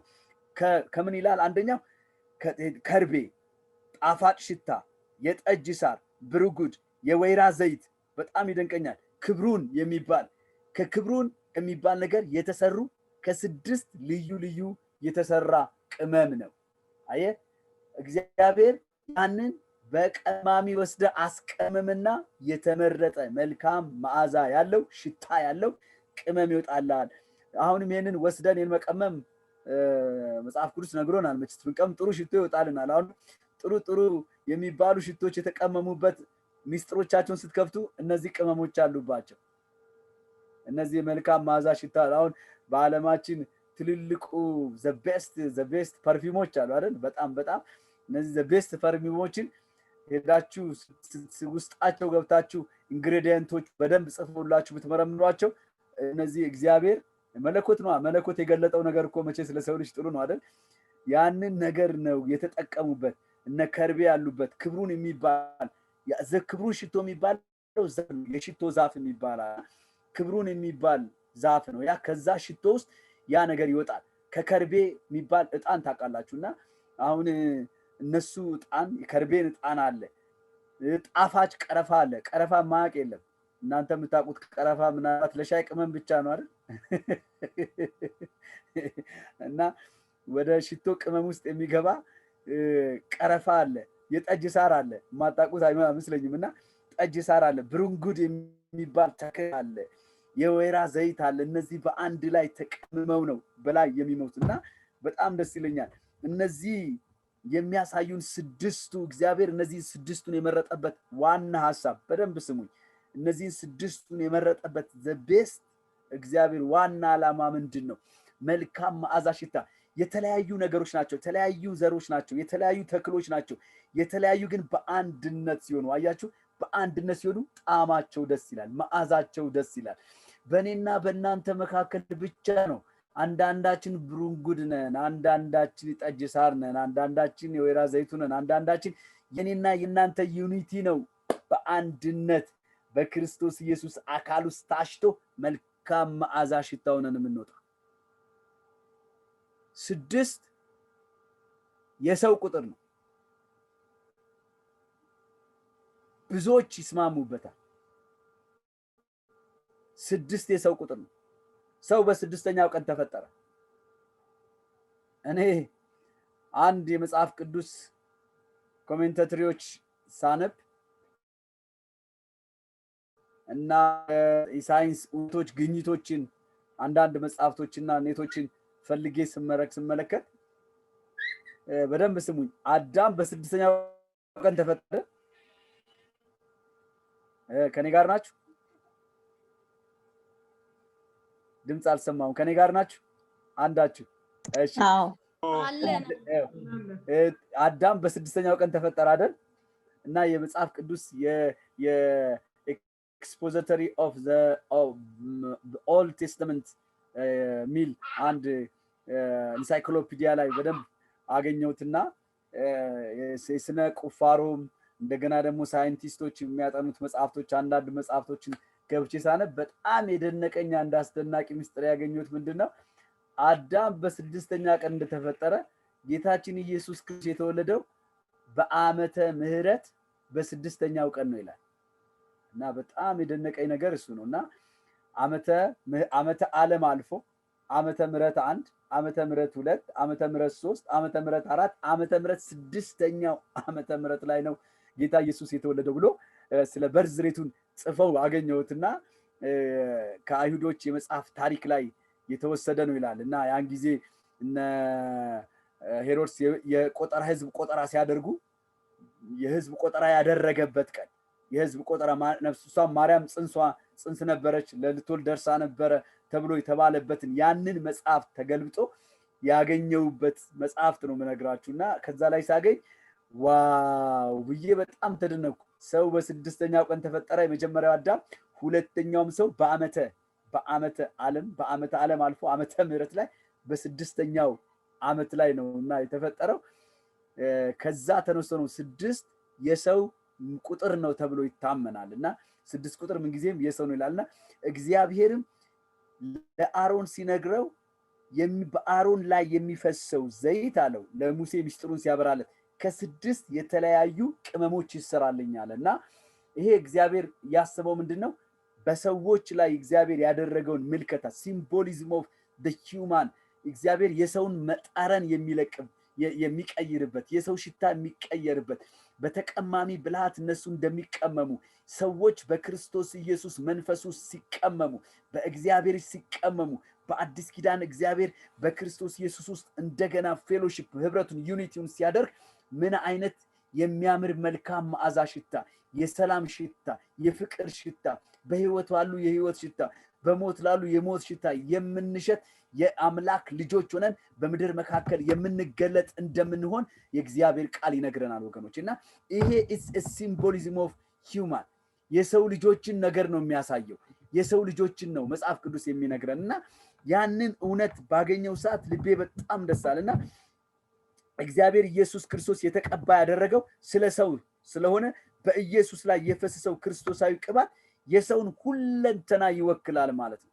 በደንብ የደነቀኝ እሱ የሰውን ሁለንተና ይወክላል እና ሲያገናኙት ኢየሱስ ክርስቶስ 33 ዓመት ከ6 ወር ሆነ። ስድስተኛ ወር የተባለበት ኬዝ ማብቂያው ላይ 6 ወር የሚባለው የሰውን ቁጥር ለመንካት ነው።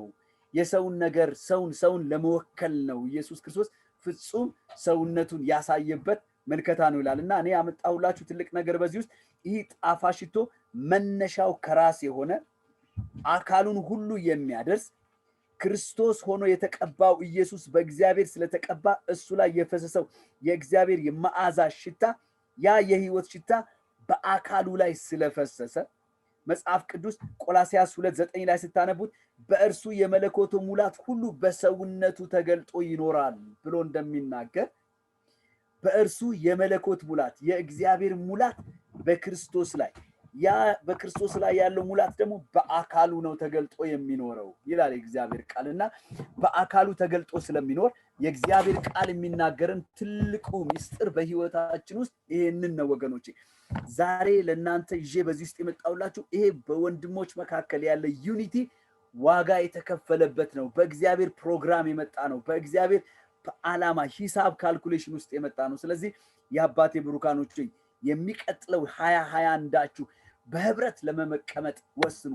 በዛ መጽሐፍ ቅዱስ ሲናገር እግዚአብሔር እንደተናገረ የመልካም መዓዛ ሽታ ምልክቶች ትሆናላችሁ። በዛ ምድር ላይ የሰላም ሽታዎች፣ ጣፋጭ ሽቶች ትሆናላችሁ። ህብረታችሁን እንዳታፈርሱት በጌታ ፊት አደራ እምላችሁ ለሁለተኛ ጊዜ እሱ ነውና ይህ ሽቶ የቅባት ዘይት ይባላልና የተቀመመባት መጽሐፍ ቅዱስ እሱ ነው። ዘሌዋውያን ምዕራፍ 6 ላይ ቁጥር 12 ስታነቡ ያ የተቀመመው ቅባትን የቅባቱን ዘይት በአሮን ራስ ላይ አፈስሰው ይላል። በቃ ደስ የሚለው እሱ ነው። ይቀድሰው ዘንድ ቀባው ይላል። አያችሁ፣ ያ የሚፈሰው ቅባት ይቀድሰው ዘንድ በአሮን ላይ አፈሰው ይላልና ቁጥር 30 ላይ እዛ ዘሌዋውያን ምዕራፍ 8 ላይ ሙሴም በቅባቱ ዘይትና በመሰዊያው ላይ ካለው ከደሙ ወስዶ በአሮን በልብሱ ላይ በልጅ ልጆቹ ልብስ ላይ ረጨው። አሮንና ልብሱንም ልጆቹም የልጅ ልጆቹም ልብስ ተቀደሰ ይላል። እግዚአብሔር የተባረከ ይሁን።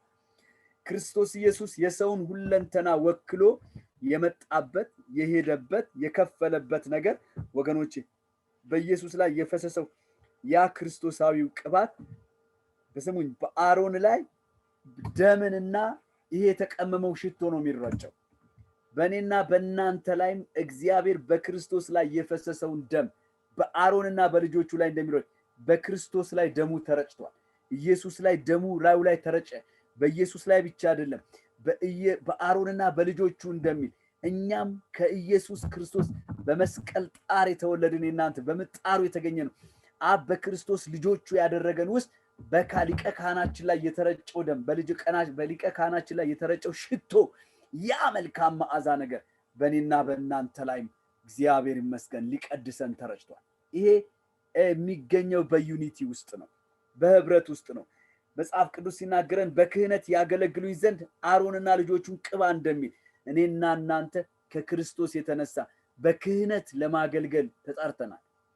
ስሙኝ፣ ይሄ ቅድም ያነበብኩላችሁ መጽሐፍ ቅዱስ ወንድሞች በህብረት ቢቀመጡ እነሆ መልካም ነው ያማረ በአሮን ራስ ላይ እንደሚል በክርስቶስ ራስ ላይ የፈሰሰው አሮንና ልጆቹን እንደሚቀድስ መልካም መዓዛ ሽታና ጠረን ከሰውነታቸው እንደሚያወጣ ልብሶቻቸው ባጠገባቸው የሚያልፉ መልካም ሽታ እንደሚሽቱ በክርስቶስ ኢየሱስ ውስጥ ለገባን ለእግዚአብሔር ልጆች ከክርስቶስ የሚፈሰው ያ መልካም መዓዛ ሽታ የሚገኘው ዩኒቲ ውስጥ ነው። አሮንና ልጆቹ ተለያይተው ቢቆሙ ወገኖቼ ያመልጣቸዋል። ታውቃላችሁ፣ የአሮን ልጆች ሁለቱ አምፀው ሲያደርጉ በእሳት ተቃጥለዋል። ምህረት የለውም እግዚአብሔር። በክርስቶስ ኢየሱስ ዩኒቲ ውስጥ ነውና ያ ሽታ የሚመጣው። መጽሐፍ ቅዱስ የሚነግረን እውነተኛ ህብረት ውስጥ ከታዘዘልን ከሚሰጠን በረከት አንዱ በእግዚአብሔር ፊት መቀደስ እንድንችል ነው። ሌላው ዓለም አማልክት መንፈሳዊ ጥቃት ለመጠበቅ ይረዳናል ወገኖች። ይሄ ትልቁ ነገር እኔ በጣም አንድ ሚስጥር ላውራችሁ እዚህ ውስጥ በደንብ ልንገራችሁ ሐሳቤን ከመጠቅለሌ በፊት በእውነተኛ ህብረት ውስጥ ከታዘዘልን ነገር ከኛ ውስጥ ከሚፈሰው ከዚህ ዘይት የተነሳ ከክርስቶስ ኢየሱስ ወደኛ ከሚመጣው የሰላም ሽታ የተነሳ የፍቅር ሽታ የተነሳ መልካም መዓዛ ሽታ የመልካም ንግግር የምስራች ቃል ተናገሮች በጠብ መካከል በበሽታ በበዛበት መካከል ሰላም እናወራኛ ነን። ጤንነት የምታወሩ እናንተ ናችሁ ወገኖቼ። በመከራ መካከል ደስታን ድልን ታወራላችሁ። ምን ድል ትላለች? ምን አንቺ ሰላም ምን ሀገር አለ? ሰላም አለ። ከአፋችሁ ሁሌ ሰላምን አውሩ። ሁሌ በእግዚአብሔር ፊት ሰላምን ተናገሩ። ጌታ ምስክሬ ነው። በሰው ሁሉ ፊት ሲመጣችሁ ሰላም ነው በሉ፣ መልካም ነው በሉ። ከሰው ጋር ተባብራችሁ መከራን፣ በሽታን፣ እርግማን፣ ጉስቁልናን አታውሩ። ከሰው ጋር ጥፋትን አታውሩ። በማዕበል መካከል ሰላምን ተናገሩ።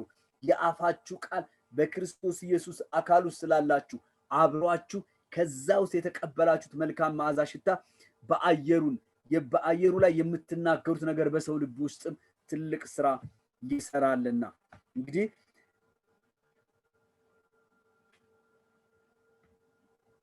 ጌታችን ኢየሱስ ክርስቶስ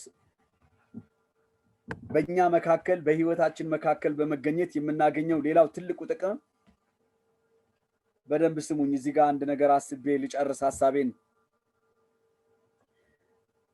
የእግዚአብሔር ማደሪያ ድንኳኑ በልጆቹ መካከል እንደሚገኝ በማደሪያው ዙሪያ ህብረቱ እንደሚኖር እኛ ደግሞ በክርስቶስ ኢየሱስ ውስጥ ከክርስቶስ ጋር ሆነን ጌታ እንደተናገረ 2ም 3ም ሆናችሁ በስሜ ስትሰበሰቡ እንደሚል ከክርስቶስ ጋር የትኛውም ስብሰባችን፣ የትኛውም ህብረታችን፣ የትኛውም ዩኒታችን በእኔና በእናንተ ውስጥ ትልቅ ትርጉም አለው። የክርስቶስ በእኔና በእናንተ መካከል መገኘት ማደሪያው ድንኳን በእስራኤል መካከል የመገኘቱ ጥቅም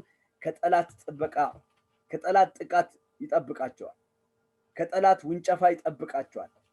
በእኔና በእናንተ መካከልም ማደሪያው ድንኳን የሆነው ክርስቶስ ባለበት 2-3 ሆነን ስንገናኝ ለጸሎት፣ ለምክክር፣ ለቃል፣ ለመጫወት፣ ለማሰብ፣ ራዕይ ለማቀድ ስትገናኙ በዚህ ዘመን ውስጥ በዚህ ጊዜ ውስጥ እግዚአብሔር በመካከላችሁ ላይ ትልቅን ስራ ያደርጋል። ትልቅን ነገር ያደርጋል። መጽሐፍ ቅዱስ የሚነግረን እሱ ነው ወገኖቼ። በዘላለም አምላክ እግዚአብሔር ፊት ያንን እውነት ነው ያካፈልኳችሁ።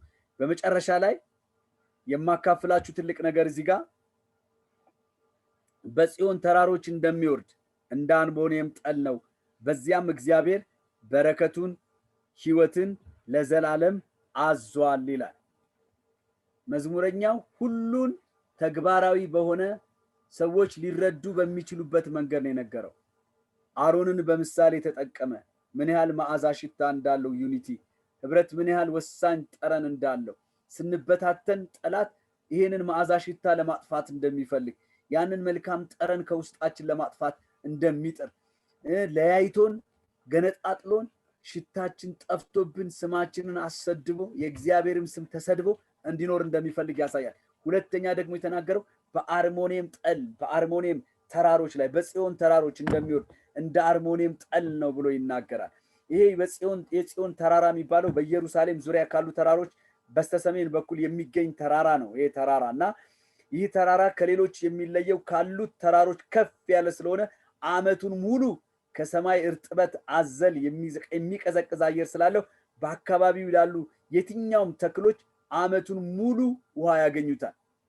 አያችሁ፣ ይሄ አርሞኒየም የሚባለው በጽዮን ተራሮች እንደሚወርድ እንደ አርሞኒየም ጠል ይላልና ይሄ የጽዮን ተራራ በኢየሩሳሌም አካባቢ ከሚገኙ ተራሮች አንዱ ነው። ግን ከሁሉ ተራሮች ከፍ ስለሚል ሁል ጊዜ ዓመቱን ሙሉ እርጥብ ጤዛ ዓመቱን ሙሉ እንትን ይወርድበታል፣ ጠል ይወርድበታል እና በዛ በሚወርደው ጠል በተራራው ስር ያሉ የትኛውም ተክሎች በፍጹም ዓመቱን ሙሉ አይጠወልጉም፣ ውሃ ያገኛሉ። መጽሐፍ ቅዱስ እያሳየን ያለው ትልቅ ዩኒቲ እንደሱ ነው። ህብረታችሁ ሁሌ ዩኒቲያችሁ ሲጠበቅ ከናንተ የሚፈስ በስራችሁ የሚኖሩ የትኛውም ልጆች የትኛውም ምዕመኖቻችሁ ጌታ ኢየሱስ ምስክሬ ነው። ከናንተ ዩኒቲ ከናንተ ከመሪዎች እግዚአብሔርን ከምትፈሩ ከናንተ ከተሰበሰባችሁ ከእግዚአብሔር አገልጋዮች ዩኒቲ የተነሳ በስራችሁ ያለው ከአርሞኒየም እንደሚወጣው ጠል በስሩ ያሉት ሁሌ እንደማያቋርጥ ልምላሜ እንደማያገኛቸው በስራችሁ ያሉት ሁሉ ከናንተ ዩኒቲ የተነሳ ያድጋሉ፣ ሰላምን ያገኛሉ፣ ደስታቸው ሙሉ ይሆናል። ሁሌ በእግዚአብሔር ያላቸው መታመን እየጨመረ ይመጣል። ስለዚህ ያንን ትልቅ ነገር ነው የሚናገረን ወገኖቼ። ይህ በአርሞኒየም ጤል የሚለው ቃል አርሞኒየም ጤል የሚናገረው ሲምቦሊዝም የእግዚአብሔር ቃል ምሳሌ ነው። በጽዮን ተራራ ላይ የሚፈሰው በአርሞኒየም የሚባለው ተራራ ላይ የሚፈሰው ጠል ያጠሉ የእግዚአብሔር ቃል ምሳሌ ነው። የእግዚአብሔር ቃል ምሳሌ ነው። መጽሐፍ ቅዱስ ስትናገሩ እንደሱ ነው። ዘዳግም 11 ላይ ስታነቡ መጽሐፍ ቅዱስ የሚናገረን ቁጥር 10 እስከ 17 ስታነቡ እግዚአብሔር ትምህርቴ እንደ ጠል በእናንተ ላይ ይወርዳል ይላልና የአርሞኒየም ጠል የእግዚአብሔር ቃል ምሳሌ ነው። ወንድሞች በህብረት ሲቀመጡ ሁልጊዜ ይሄ የማያቋርጥ የእግዚአብሔር ቃል በመካከላቸው ይገለጣል። በህብረታችሁ መካከል ከጠፋ የእግዚአብሔር ቃል አይገለጥላችሁ።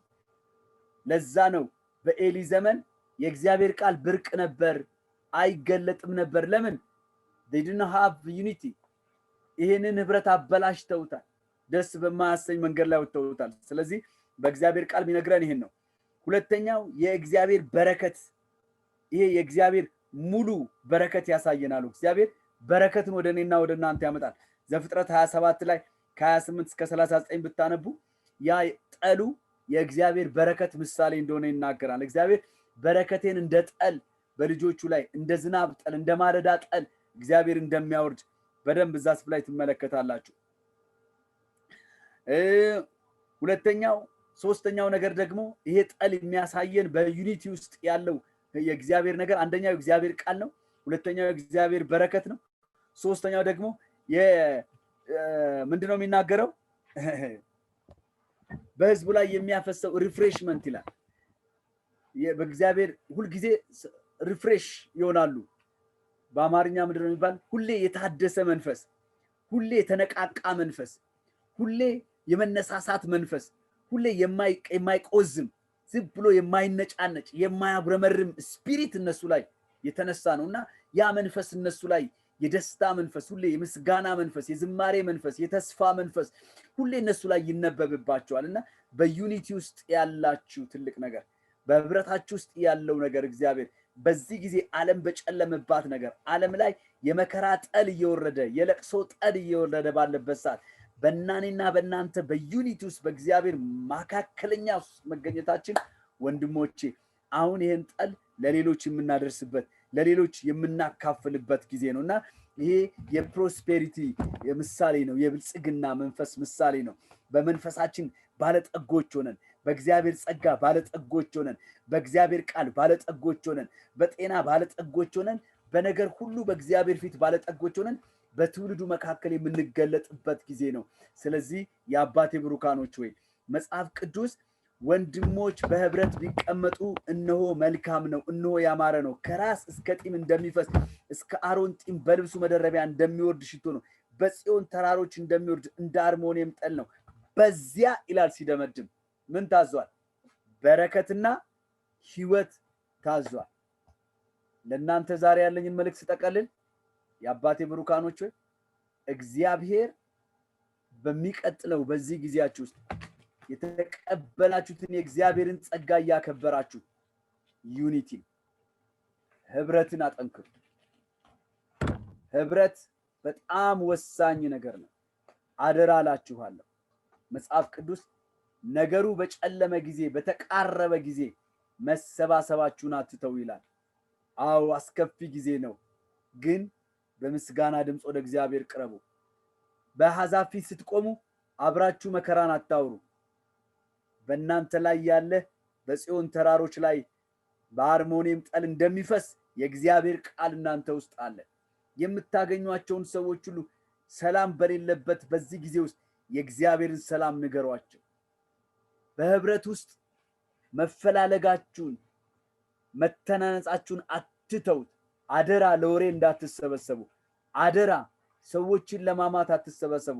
አደራ እምላችሁ ነገር ስትሰባሰቡ ተጫወቱ፣ ቀልድን ተነጋገሩ።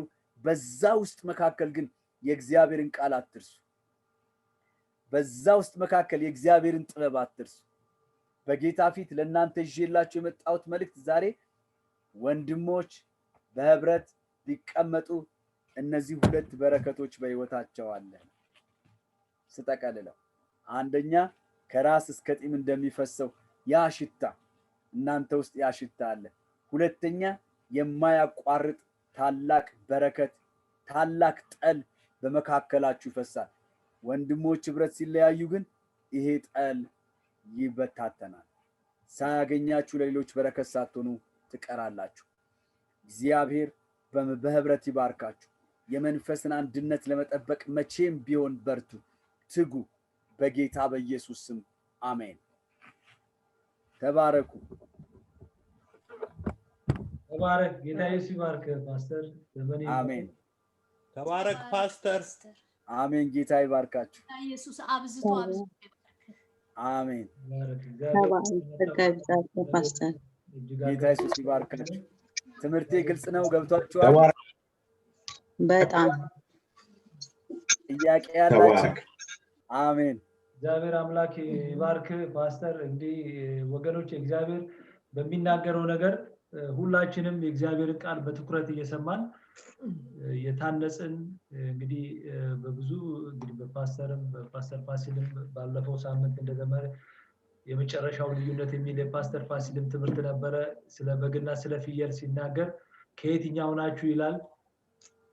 ፓስተርም ደግሞ የተቀበላችሁትን የእግዚአብሔርን ቃል አታቃሉ የሚል ነው። ዛሬ ደግሞ ህብረት ነው።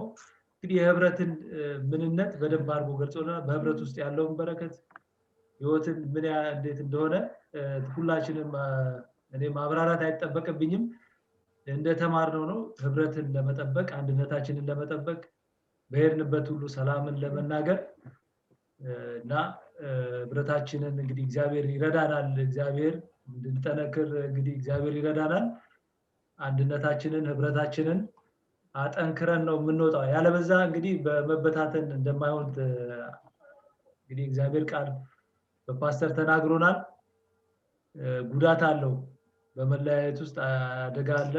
እግዚአብሔር ግን ከዛ ሁሉ ይጠብቀናል። እግዚአብሔር እኛ ምንድነው ፍቃዳችንን ለእግዚአብሔር መስጠት ብቻ ነው እና ለእግዚአብሔር ቃል ለመጣው ቃል መታዘዝ አለብንና ከመቼውም ጊዜ በበለጠ ህብረትን አንድነትን ልንጠብቅ ይገባል። ይሄ በቃ እግዚአብሔር ደግሞ አጠንክሮ ነግሮናልና ጌታ የተባረከ ይሁን እየመከረን ስላለ እግዚአብሔር አምላካችንን እጅግ አድርገን እናመሰግነዋለን። እግዚአብሔር ልጆቹን በቃ ይመክራል፣ እኛም ልጆቻችንን እንመክራለን አለ ከጥፋትም ከምንም እና እግዚአብሔርም እኛም ልጆቹን ደግሞ በዚህ ሰዓት እየመከረን ነው ያለው። እግዚአብሔር ከኛ ጋራ ነው፣ እግዚአብሔር ይረዳናል። እንደሌላው በስጋት አንኖርም፣ እንዳንሰጋ የሚያደርግ አምላክ አለንና ጌታ የተባረከ ይሁን። እግዚአብሔር ፓስተር ጌታ ኢየሱስ ይባርክ፣ ዘመን ይባረክ፣ አገልግሎት ሁሉ ይስፋ። እግዚአብሔር ደግሞ ያው ቅዱሳን የሚጸልዩላል፣ እኛም እንጸልያለን ስላለ አገልግሎት በጅማ ላይ ስላለው እንግዲህ እግዚአብሔር ይረዳቸዋል፣ እግዚአብሔር ይረዳሃል። እኛም እንግዲህ በቻልን መጠን እንጸልያለን። እግዚአብሔር ካንተ ጋር ይሁን። እግዚአብሔር ዘመንን ይባርክ፣ ተባረክ፣ አገልግሎት ይስፋ፣ ቤተሰብ ልጆች ያንተ ሁሉ የሆነ በጌታ በኢየሱስ ስም የተባረከ ይሁን። አሜን። ለኛ እንደዚህ እንዳካፈልከን ደግሞ እግዚአብሔር ደግሞ ከሰማይ ደግሞ በሚያስፈልግ ነገር ሁሉ እግዚአብሔር አምላክ ይባርክ። እግዚአብሔር ዘመንን ይባርክ፣ ትውልድን ይባርክ። በቃ የምታካፍለው አትጣ፣ በዘመን ሁሉ የምታካፍለው አትጣ። ጌታ ኢየሱስ ይባርክ፣ ተባረክ። እንግዲህ ፕሮግራሞቻችንን ጨርሰናል። ሌላ ማስታወቂያ ደግሞ ምንድነው ፓስተር አሁን ቅድም ሲናገር ያው በሚቀጥለው ቅዳሜ እሱ አይኖርም፣ ያው እኛ እንጸልያለን፣ እሱም ከቻለ ይገባል። እኛ እንጸልያለን። ያው አርብ እና ሐሙስ ያሉት ነገሮች ስላልሆኑ ቅዳሜ እንጸልያለን ሁላችንም። የሚቀጥለው እሑድ በ17 ያሁኑ እሑድ ሳይሆን የሚቀጥለው 17 በርሄ ያገለግለናል። ወንድም በርሄ ከለንደን ያገለግለናል። በ24 በ23 እና በ24 እነ ፓስተር በቃሉ ከነ ፋሚሊዎቻቸው በአምልኮ በጸሎት በእግዚአብሔር ቃል ያገለግሉናል። ለነሱም እንድትጸልዩላቸው ነው። ለሚያገለግሉን አገልጋዮች እንድትጸልዩላቸው ነው። ለነሱም ጸልዩላቸው፣ ለፓስተርም ጸልዩለት፣ ለነ ጋሽ ለማ ቤተሰብም ጸልዩላቸው። በአምልኮም በእግዚአብሔር ቃልም በጸሎትም ያገለግሉናል። ኮንፈረንስ ነው የምናደርገው ማለት ነው በዙም በ23 እና በ24። ኢየሱስ ጌታ ነው። እግዚአብሔር ደግሞ በዛም ይናገረናል፣ ያስተምረናል። እግዚአብሔር ይረዳናል። ይሄ ነው። ለወንድም በርሄም ጸልዩለት፣ እሱም የእግዚአብሔርን ቃል ይዞልን ይመጣል። እንግዲህ እንመገባለን፣ እንወጣለን ዘመናችንን ከጌታ ጋር። ተባረኩ። እግዚአብሔር አምላክ ይባርካችሁ። በጣም ታምራላችሁ ዛሬ። ጌታ ኢየሱስ ይባርካችሁ። ፕሮግራማችን አንዴ ሳትዘጋ ተባረክ ማለት ተባረኩ። አንዴ ነው የሚያምራችሁ። ተባረኩ። ተባረኩ።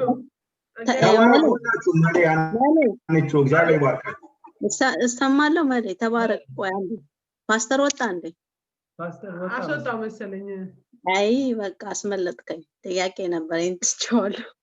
አይ ለነገሩ አስወጥቶት መሰለኝ። በእንትን ካለ ጥያቄ አለኝ። እሺ ተባረክ እስከምጨርስ እሺ ግልም ማግኘት ይቻላል። ጠይቅሻለሁ። ዲጂ ተባረኩ ሁላችሁ። ነገ ተባረክ ሳብቸው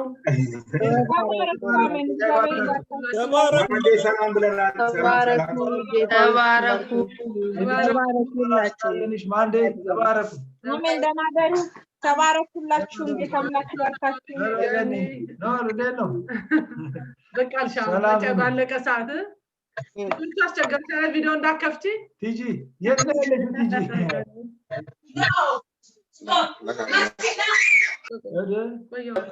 ተባረኩ። ገኒ ተባረኩ። ገኒ ሁላችሁም አንዴ ሁላችሁም